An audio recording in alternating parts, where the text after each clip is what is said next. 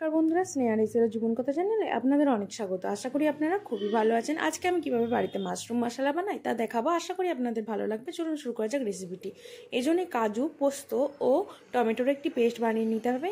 আপনারা চাইলে এতে নারকেলও যোগ করতে পারেন, সেটাও খেতে খুবই ভালো লাগবে। তাছাড়া লাগবে পেঁয়াজ, আদা, রসুন আর মাশরুমটিকে কেটে নিতে হবে। আর লাগবে ধনেপাতা আর কারি পাতা। এরপর আমরা প্রথমেই কড়াইতে তেল দিয়ে তার মধ্যে জিরে, শুকনো লঙ্কা ফোড়ন দিয়ে তার মধ্যে আমরা পেঁয়াজগুলিকে দিয়ে খুব ভালোভাবে ভেজে নেব। তারপর আমরা ওর মধ্যে আদা ও রসুনের পেস্ট দিলাম। এরপর ওগুলিকে অল্প সময়ের জন্য ভেজে নিয়ে ধনে গুঁড়ো, জিরে গুঁড়ো, নুন, হলুদ ও লঙ্কার গুঁড়ো জলের মধ্যে গুলে নিয়ে আমরা মশলাটিকে দিয়ে দেবো কড়াইয়ের মধ্যে। এরপর খুব ভালোভাবে কষিয়ে নেব যতক্ষণ পর্যন্ত না তেল ছেড়ে বেরিয়ে আসে।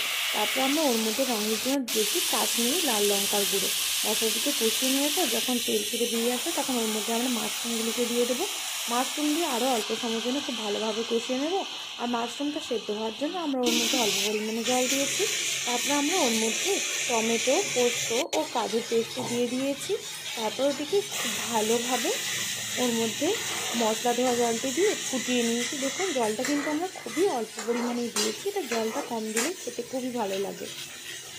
এরপর আর ভালোভাবে কিছুক্ষণের জন্য ফুটিয়ে নিয়ে যখন তেল ছেড়ে বেরিয়ে আসবে মশলা থেকে তখন আমরা ওর মধ্যে গরম মশলা দিয়ে দিয়েছি। তারপরে ধনে পাতা ও কারি পাতা ছড়িয়ে অল্প সময়ের জন্য ফুটিয়ে নিয়ে নামিয়ে নিলে রেডি এই মাশরুম মশলা। এভাবে আপনারা বাড়িতে একবার হলেও বানাবেন, আশা করি আপনাদের খুবই ভালো লাগবে। এটা কিন্তু খেতে খুবই সুস্বাদু হয়। এটা আপনারা ভাত বা রুটি যে কোনো কিছুর সাথেই খেতে পারেন। এটা একবার হলেও বানিয়ে কমেন্টে লিখে জানাবেন আপনাদের কেমন লেগেছে। ভালো লাগলে লাইক, শেয়ার, কমেন্ট, সাবস্ক্রাইব করে স্নেহা রেসিপির জীবন কথা চ্যানেলের পাশে থাকবেন।